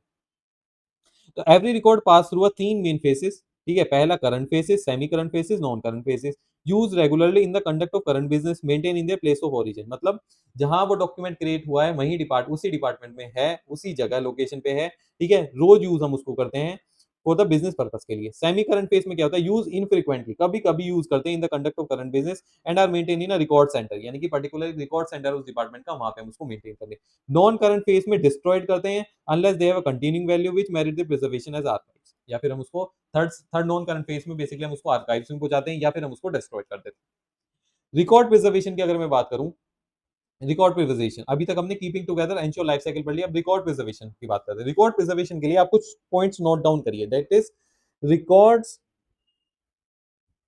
Must be handled in a clean and structured way. ठीक है, पहली बात। दूसरी बात, follow some same method always. ठीक है, समझिए अब इसे। पहली बात बोल रहा है रिकॉर्ड को हैंडल करो क्लीन और स्ट्रक्चर्ड वे में। दूसरी बात बोल रहे हैं सेम मेथड हमें हमेशा यूज करना है, हमें सेम मेथड यूज करना है प्रिजर्वेशन के लिए। तो रिकॉर्ड प्रिजर्वेशन बोलता है कि the care should be manage through a coherent and consistent range of action, मतलब सेम मेथड फॉलो करना है, कंसिस्टेंटली फॉलो करना है। फ्रॉम डेवलपमेंट, जब रिकॉर्ड डेवलप हुआ तब, through the creation, preservation of record, कहां तक, प्रिजर्वेशन तक, to their use as archives, ठीक है, जब तक हम उसको आर्काइव में, यानी कि रिकॉर्ड जब क्रिएट हुआ, डेवलप हुआ और जब हम उसको आर्काइव तक ले गए, जब तक सेम मेथड से हम उसको प्रिजर्व करेंगे, ठीक है, सेम रेंज ऑफ एक्शन हम उसको बेसिकली यूज करने वाले हैं। उसके बाद 4 एक्शन कंटिन्यू और reappear throughout the life of a record. पहला identification of record, intellectual control, provision of access and physical control, that is मैंने इसकी शॉर्ट फॉर्म दिया है IPAC. I for identification, I for intellectual control, PA का मतलब हो गया provision of access and PC का मतलब हो गया फिजिकल कंट्रोल। तो आईपैक आप याद रखना, ठीक है, ये रटने वाली चीज है। 4 action continue to reappear throughout the life cycle of the, identification हो गया, इंटेलेक्चुअल कंट्रोल हो गया, प्रोविजन ऑफ एक्सेस हो गया, फिजिकल कंट्रोल हो गया। तो ये 4 एक्शन है जो आपको याद करने ही पड़ेंगे, ठीक है। तो ये आपको कीवर्ड याद रखना, coherent and consistent range of action. इसका मतलब मैंने आपको बता दिया, कंसिस्टेंटली सेम मेथड में एक स्ट्रक्चर्ड फॉर्मेट में हमें रिकॉर्ड को प्रिजर्व रखना है, जब वो क्रिएट हुआ वहां से लेके जब हम उसको आर्काइव में करेंगे, ले जाएंगे, या फिर जब हम डिस्ट्रॉय करेंगे, तब तक coherent and consistent range of actions हमें फॉलो करने हैं, मेथड्स हमें फॉलो करनी है। चलिए प्रिजर्वेशन ऑफ रिकॉर्ड की बात कर लेते हैं। Preservation of record refer to the implementation of the strategies which enhance and prolong the usable life of the records and archives. Preservation encompass storage and handling, ठीक है, प्रिजर्वेशन में क्या आता है, स्टोरेज भी आता है और हैंडलिंग भी आता है। कुछ हम इंप्लीमेंट करेंगे, कुछ स्ट्रेटजी जिससे हमारे जो रिकॉर्ड है उसकी लाइफ साइकिल बढ़ जाए, उसकी यूजेबल लाइफ इंक्रीज हो जाए, एनहांस हो जाए, ठीक है। Responsibility preservation record vested creating office, जो उसको क्रिएट कर रहा है, मतलब जिस रिकॉर्ड को जिस ऑफिस ने क्रिएट करा है, जिस डिपार्टमेंट में क्रिएट करा है, उसकी ही रेस्पॉन्सिबिलिटी है किसकी, प्रिजर्वेशन की, during the active and the semi active phase of the record life cycle. The provision of regulation 9 and 30 of SEBI LODR regulation, provision of preservation record, यानी कि एलओडीआर के अंदर regulation number 9, regulation number 30, sub regulation 8 जो है preservation के बारे में बताता है।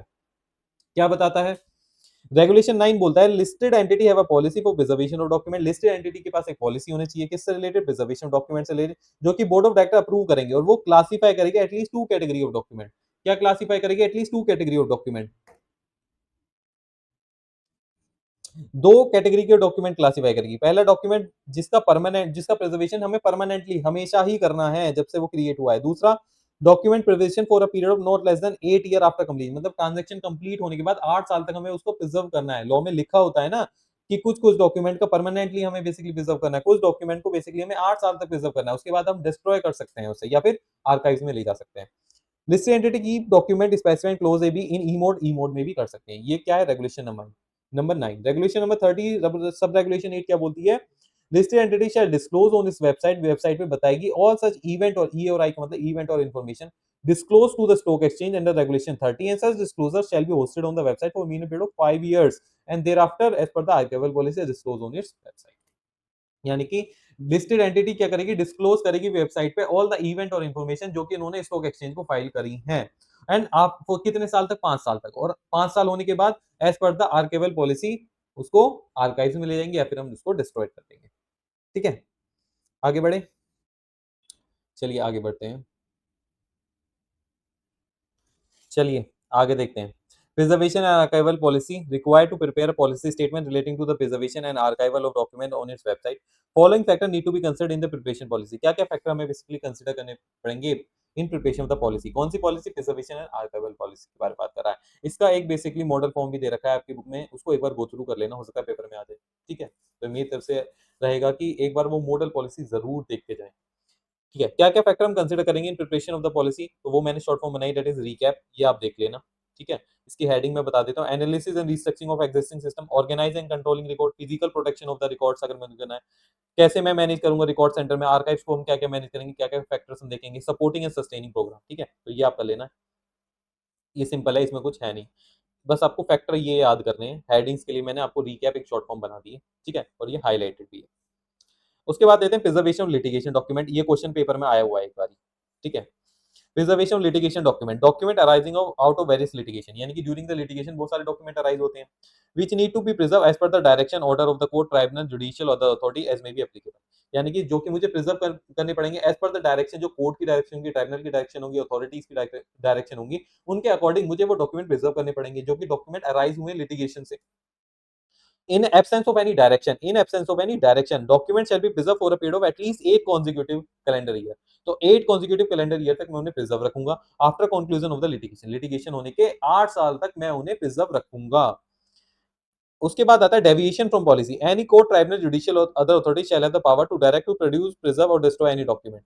यानी कि कोर्ट अथॉरिटी और ट्रिब्यूनल के पास ये पावर है कि वो डायरेक्शन दे सकती है कि ये पर्टिकुलर डॉक्यूमेंट आप प्रोड्यूस करो, ठीक है, टू प्रोड्यूस, प्रिजर्व या फिर किसी को हम डिस्ट्रॉय कर दो। पर्टिकुलर डॉक्यूमेंट को डिस्ट्रॉय करने के लिए बेसिकली कोर्ट ने डायरेक्शन, तो आपको डिस्ट्रॉय करना पड़ेगा। इसको आपको प्रिजर्व करना है तो बेसिकली प्रिजर्व करना पड़ेगा। कोर्ट ने बोल दिया इसको 15 साल प्रिजर्व करो, ठीक है, लेट्स से हमारी पॉलिसी में क्या था, हमारे लॉ में क्या था, हमारी पॉलिसी में 8 साल के लिए था, तो ये क्या डेविएशन हो गया पॉलिसी से।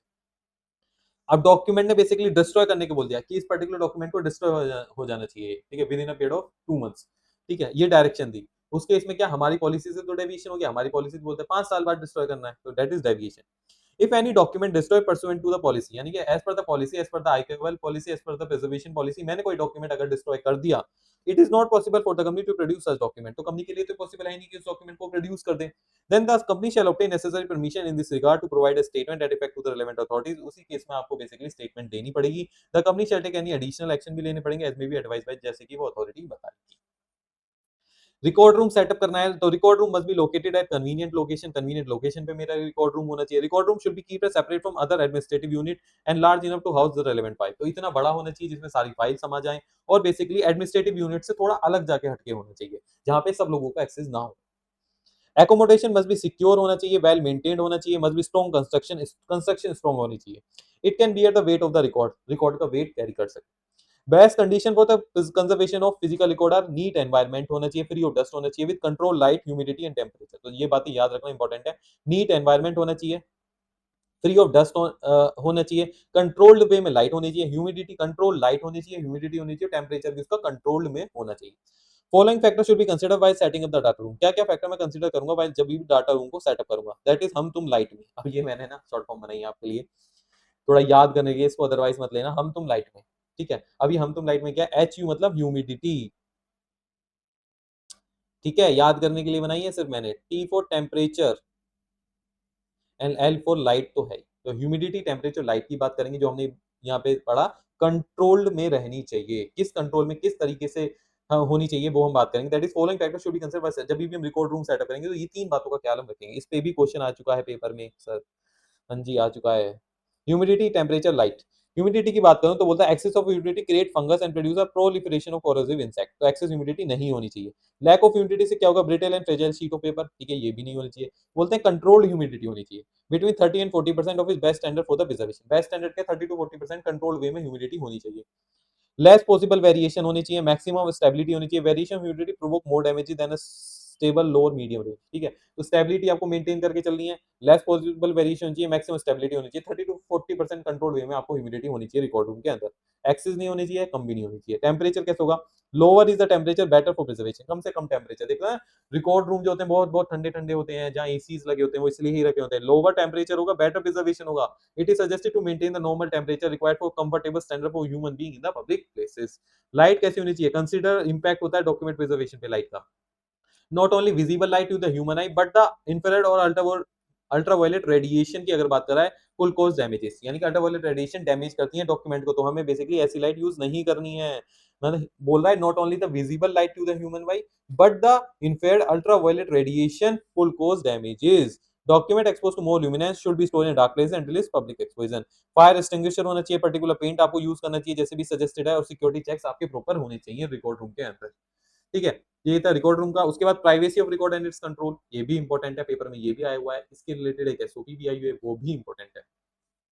Even through most communication in digital, some important data still exist in physical form and need secure handling। बोलता है आप कितनी भी कम्युनिकेशन डिजिटल कर लो, कुछ इंपॉर्टेंट डाटा है वो फिजिकल में ही होते हैं और उनका प्रिजर्वेशन, उनका सिक्योरिटी बहुत जरूरी है। क्या क्या, company must implement proper process to protect physical data just like they protect digital data. तो प्रॉपर प्रोसेसेस होंगे, एसओपीज होंगी जिससे हम बेसिकली फिजिकल डाटा को प्रोटेक्ट कर पाए। For the managing the confidentiality and privacy, first step क्या, identify what constitute confidential. सबसे पहले हमें ये पता लगाना पड़ेगा कि किस पर्टिकुलर डॉक्यूमेंट के अंदर कॉन्फिडेंशियलिटी डाटा है, किस डॉक्यूमेंट के अंदर कॉन्फिडेंशियलिटी डाटा है। तो identify what constitute confidential document at the workplace and what do they share securely. और हमें क्या चीज सिक्योरली शेयर करनी है, सबसे पहले तो हमें यही पता होगा, तभी तो हम कॉन्फिडेंशियलिटी मेन करेंगे, तभी तो हम बेसिकली सिक्योरिटी दे पाएंगे अपने फिजिकल रिकॉर्ड्स को। जब तक हमें दो चीजें क्लियर हो जाएं, क्या हमें क्या हमें सिक्योरली शेयर करना है और क्या डॉक्यूमेंट कॉन्फिडेंशियल है, और क्या डॉक्यूमेंट कॉन्फिडेंशियल नहीं है। ठीक है, उसके बाद अगर मैं बात करूं, बोलता है following document are primarily considered, ये प्राइमरली कॉन्फिडेंशियल कंसिडर करे जाते हैं, नीड कंप्लीट प्राइवेसी, और इनके लिए प्राइवेसी होना बहुत जरूरी है। क्या? कस्टमर और एम्प्लॉय की इन्फॉर्मेशन, कस्टमर और एम्प्लॉय की इन्फॉर्मेशन क्या है, वो प्राइमरी कॉन्फिडेंशियल मानी जाती है। Safeguarding of the personal data of individual can be use to identify, मतलब कोई भी ऐसा डाटा जिससे कोई भी उसको आइडेंटिफाई कर दे, वो क्या है, वो हमको सेफ गार्ड करना है। जैसे Aadhaar, mobile number, address, name, credit card, all are the personal information, ये क्या है, कॉन्फिडेंशियल इन्फॉर्मेशन एम्प्लॉय की, इससे हम उसको आइडेंटिफाई कर सकते हैं, तो हमें वो क्या करनी है, सेफ गार्ड करनी है। Even when data no longer useful it may still confidential, must not be discard casually, तो उसको अगर कोई डाटा बेसिकली इस पर्टिकुलर टाइम पे इररिलेवेंट है, ठीक है, यूजफुल नहीं है, रेलेवेंट नहीं है, तो इसको मतलब ये नहीं कि वो कॉन्फिडेंशियल नहीं है, तो हमें जो डिस्कार्ड उसको कैजुअली नहीं करना, proper system, proper process follow करने हैं उसको डिस्कार्ड करने के लिए भी। It should be securely destroyed preferably through a trusted data destruction, मतलब बहुत सारी डिस्ट्रक्शन एजेंसीज होती हैं, उनके थ्रू हमें अपने डाटा का डिस्ट्रक्शन करना है, वो प्रॉपर प्रोसेस एसओपीज फॉलो करती है डाटा डिस्ट्रक्शन के लिए, तो हमें कैजुअली नहीं डिस्ट्रक्शन करना, प्रॉपर प्रोसेस फॉलो करना है, डिस्ट्रक्शन एजेंसी को हायर करना है, वो डिस्ट्रॉय करेगी आपका डाटा जो कि कॉन्फिडेंशियल है। Office plans, office IDs and internal procedure manual की अगर मैं बात करूं, for every organisation internal planning procedure, अब ये ऑफिस प्लान, ऑफिस की आईडीज की बात कर रहा है, प्रोसीजर मैनुअल्स की बात कर रहा है, जो ऑफिस की इंटरनल प्लानिंग एंड प्रोसीजर है, की एस्पेक्ट है for the controlling business and organisation के लिए, और इनको हमें बेसिकली प्रोटेक्ट करना है। Document and form related to internal process procedure keep electronically secure network, मतलब आईडी पासवर्ड लगा के रखने हैं, ठीक है। And encourage employ to remit print out, और बार बार उसके प्रिंट आउट लेते नहीं रहने कि वो इधर से उधर बेसिकली ट्रांसफर हो जाए, इजीली मिसप्लेस हो जाए, तो ये सब नहीं करना है, ठीक है। सिक्योर नेटवर्क पे रखना है, लिमिटेड उसका एक्सेस रखना है, किसका, ऑफिस प्लान्स का, ऑफिस का लेआउट हो गया, प्रोसीजर मैनुअल्स हो गए, ये सब चीजें। उसके बाद आ जाते हैं एग्रीमेंट्स का, कमर्शियल डॉक्यूमेंट, ट्रेड सीक्रेट्स की बात हो रही है, ट्रेड सीक्रेट्स की बात हो रही है। Every detail of the arrangement in the contract should be treated with utmost confidentiality for all the parties benefit, बोल रहा है किसी भी एग्रीमेंट में, किसी भी बेसिकली कमर्शियल डॉक्यूमेंट में जितनी भी इंफॉर्मेशन होती है वो कमर्शियली बेसिकली रेलेवेंट होती हैं, और उनको हमें कॉन्फिडेंशियलिटी मेंटेन करनी है उन डॉक्यूमेंट के लिए। उसके बाद contract full of commercially sensitive information, the business should avoid sharing contract broadly unless strictly required and limit physical copies, ठीक है। Sign contract electronically in order to reduce print out, implement a secure document retention policy specific to the entity needs, ठीक है। देखो मैं आपको बताता हूँ मेरे ऑफिस में क्या फॉलो होता था। मेरे ऑफिस में एग्रीमेंट्स को लेकर बेसिकली एक टूल यूज होता था, जिसमें हम एग्रीमेंट्स का प्रिंट आउट नहीं लेते थे, डॉक्यूमेंट क्या करते थे, उसी में डॉक्यूमेंट क्रिएट होता था, उसी में ही रिव्यू होता था, उसी में ही साइन होता था, उसी में ही वो काउंटर पार्टी के पास जाता था, then counter party electronically sign करती थी, और ये सब चैनल जो था वो सिक्योर्ड वे में था, मतलब सबके पास अपने अपने सॉफ्टवेयर का आईडी पासवर्ड था, 3 एक्सेस थे बेसिकली लीगल में जो मेरे पास था, देन हमारे सीनियर्स के पास, and then final authority MD के पास था, ठीक है। तो वो बेसिकली रिव्यू भी कर सकते थे, साइन भी कर सकते थे, ठीक है, और उस पे सारे टाइम स्टैम्प भी मेंटेन रहते थे, और देन काउंटर पार्टी उसको हमारी बेसिकली ऑर्गेनाइजेशन से निकलकर वो काउंटर पार्टी के पास जाता था, और वो काउंटर पार्टी साइन करते थे। तो इससे क्या हुआ, हमने ना तो उसको इलेक्ट्रॉनिकली यूज करा सारा सिस्टम, ठीक है, ना हमने उसके प्रिंट आउट लिए, अब उसको लीक होने के चांसेस भी नहीं है, और सारी इंफॉर्मेशन कॉन्फिडेंशियलिटी मेंटेन की गई, ठीक है। तो इस तरीके से कंपनीज में होता है, ये सब चीजें बहुत प्रैक्टिकल, अगर स्टूडेंट ने ट्रेनिंग अच्छे से करी है, ऑफिस में अगर बेसिकली कंपनी में ट्रेनिंग की है, तो यहाँ तो बहुत अच्छे से ये सब चीजें देखे होंगे, ठीक है। पीसीएस फर्म की अगर मैं बात करूँ तो वहाँ डॉक्यूमेंटेशन की ज्यादा, आपने जो हमने ऊपर अभी डॉक्यूमेंटेशन के बारे में पढ़ा ना, वो ज्यादा अच्छे से देखा होगा, पर ये सब कंपनीज में ज्यादा होता है, ठीक है। सजेस्टिव स्टेप्स बता दो sir, suggestive steps for the protecting confidential informative, ये यहाँ से क्वेश्चन आएगा, और एसओपी के नाम से आएगा, ये एसओपीज हैं। For every business organization, important to have a written confidentiality describing information considered confidential and procedure employee must follow for protecting confidential information. Basically हम क्या क्या रिटर्न कॉन्फिडेंशियलिटी में डिस्क्राइब करेंगे, कंसिडर करेंगे, और प्रोसीजर्स फॉलो करेंगे for protecting the confidential information. तो basically हम क्या क्या प्रोसीजर्स फॉलो करेंगे for protecting the confidential information, वो हम यहाँ पे बेसिकली देखेंगे, क्या क्या प्रोसीजर्स फॉलो करेंगे। तो प्रोसीजर क्या होता है, एसओपी, स्टैंडर्ड ऑपरेटिंग प्रोसीजर्स, तो ये स्टैंडर्ड ऑपरेटिंग प्रोसीजर्स हैं, पेपर में क्वेश्चन आ सकता है, मैं अगेन बोल रहा हूँ, ये आपको याद करने हैं सारे पॉइंटर्स, बहुत सिंपल है, बहुत सिंपल है, कुछ टेक्निकल नहीं है। All confidential information stored in log file cabinets, यानी कि फाइल कैबिनेट जो होंगे वो लॉक्ड होने चाहिए। Room accessible only those who are authorised, यानी कि रिकॉर्ड रूम को किसका, रिकॉर्ड रूम में कौन एंटर करेगा, जो सिर्फ ऑथराइज होगा। लॉक्ड रखने हैं हमें कैबिनेट्स को। All electronic confidential information protected by firewalls, encryption and password. Electronic confidential information तो उसको हम कैसे प्रोटेक्ट करेंगे, हम बेसिकली फायरवॉल्स का यूज करेंगे, लॉगिन आईडी पासवर्ड का, इंक्रिप्शन का यूज करेंगे। Employ clear their desk of any confidential information before going home at that, पता चला एंड ऑफ द डे, पता चला कि आपने पूरे दिन काम किया, बहुत सारी कॉन्फिडेंशियल, देखो आप लीगल टीम में हो, ठीक है, या कंपनी सेक्रेटरी या सेक्रेटरियल टीम में हो, बहुत सारे इंफॉर्मेशन, बहुत सारे डॉक्यूमेंट्स, ठीक है, आपकी टेबल पे फैले हुए हैं, क्योंकि पूरे दिन आपने प्लानिंग करी, एग्जीक्यूशन करा, रिकॉर्ड्स का डॉक्यूमेंट्स क्रिएट करे आपने, ठीक है, तो बहुत सारी हो सकता है इन्फॉर्मेशन, जो इनसाइड इन्फॉर्मेशन वो भी आपके टेबल पे रखी हो। तो at the end of day जब भी आप घर को जाएंगे तो वो सारी इन्फॉर्मेशन आप क्लियर करके जाएंगे, वो सारे पेजेस जो आपके उसमें, उनको लॉग कैबिनेट जो आपको मिले आप उनमें रखकर जाएं। Employ refrain from leaving confidential information on their computer leave work station. जब भी अपना वर्क स्टेशन लीव करेंगे तो बेसिकली जो भी कॉन्फिडेंशियल इन्फॉर्मेशन आपके वर्क स्टेशन पे वो नहीं रहना चाहिए, आप उसको ऐसे ही नहीं छोड़ सकते। Employ should refrain from discussing confidential information, public place में आप कॉन्फिडेंशियल इन्फॉर्मेशन डिस्कस नहीं करेंगे। Employ should avoid using email to transmit certain sensitive, जो सेंसिटिव इन्फॉर्मेशन, जो कॉन्फिडेंशियल इन्फॉर्मेशन आप ईमेल के ऊपर ट्रांसमिट नहीं करेंगे, अवॉइड करेंगे हो सकता है तो। All confidential information contain on written document electronic mark as confidential, उनको मार्क करेंगे। देखो बहुत बहुत सारे डॉक्यूमेंट्स आपने देखा होगा कंपनीज लिखती हैं, ठीक है, दिस इज कॉन्फिडेंशियल इन्फॉर्मेशन, ठीक है, तो लिख के चलती हैं, क्या लगाती थी, हेड एंड फुटर में लिख देती हैं कि ये पर्टिकुलर कॉन्फिडेंशियल चीज है, ठीक है, पर्टिकुलर डॉक्यूमेंट के ऊपर भी लिखा रहता है कॉन्फिडेंशियल है। All confidential information should be dispose of properly, dispose पूरा अभी हमने पढ़ा था, डिस्ट्रिक्शन एजेंसी को हायर करके हमें डिस्पोज ऑफ करानी है, तो वही बात लिखी हुई है। Limit the acquisition of confidential client data, restrict access on need to know basis पे हम बेसिकली एक्सेस देंगे। Before disposing old computer use software to wipe out the data and destroy hard drive. तो जब भी हम अपना computer dispose करेंगे तो सॉफ्टवेयर यूज करेंगे जिससे हम हार्ड डिस्क का डाटा वाइप आउट कर सकें, ठीक है, आया समझ में। ठीक, ये पूरा चैप्टर हमने कर लिया है रिवाइज अच्छे से, सारे हमने टॉपिक्स कर लिए, introduction, purpose of documentation, guiding principal की बात करूं, इलेक्ट्रॉनिक रिपोजिटरी भी पढ़ लिया, एडवांटेज ऑफ इलेक्ट्रॉनिक रिकॉर्ड पढ़ लिया, डिसएडवांटेज भी पढ़ लिया, मेंटेनेंस सेक्शन 120 प्लस रूल्स भी पढ़ लिए, फिजिकल रिपोजिटरी भी पढ़ा, कंपैरिजन भी पढ़ा, coding and nomenclature, descriptive non descriptive के बारे में भी पढ़ लिया, सेफ्टी एंड रिट्राइवल भी पढ़ लिया, प्रिजर्वेशन ऑफ रिकॉर्ड्स भी पढ़ा, लास्ट में पढ़ा सेटिंग अप ऑफ रिकॉर्ड। ये आप मान के चलो 5 से 8 नंबर का चैप्टर पेपर में आता ही है।